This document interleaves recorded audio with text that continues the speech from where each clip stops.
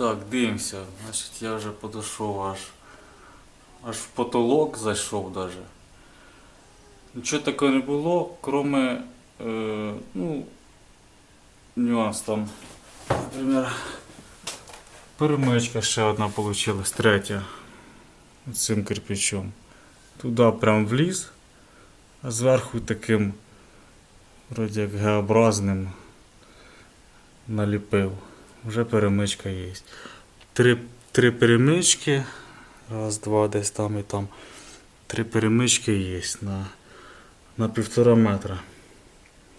Ні, на 1,70 м, 1,80 м, десь так. Думаю, це вже щось.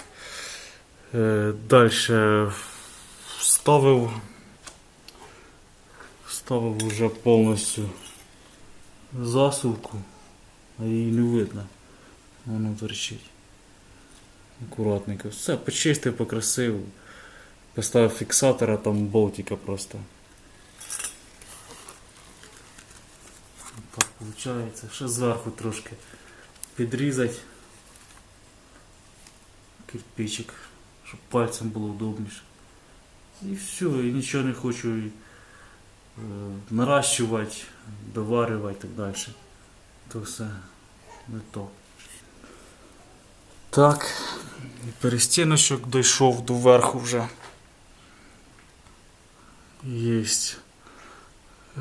Так, тут я максимально затулюю ці отверстия, тому що там хочу пінопласт засипати, до глини заливати. Так далі. Так, зараз на горище, на чердаку покажу.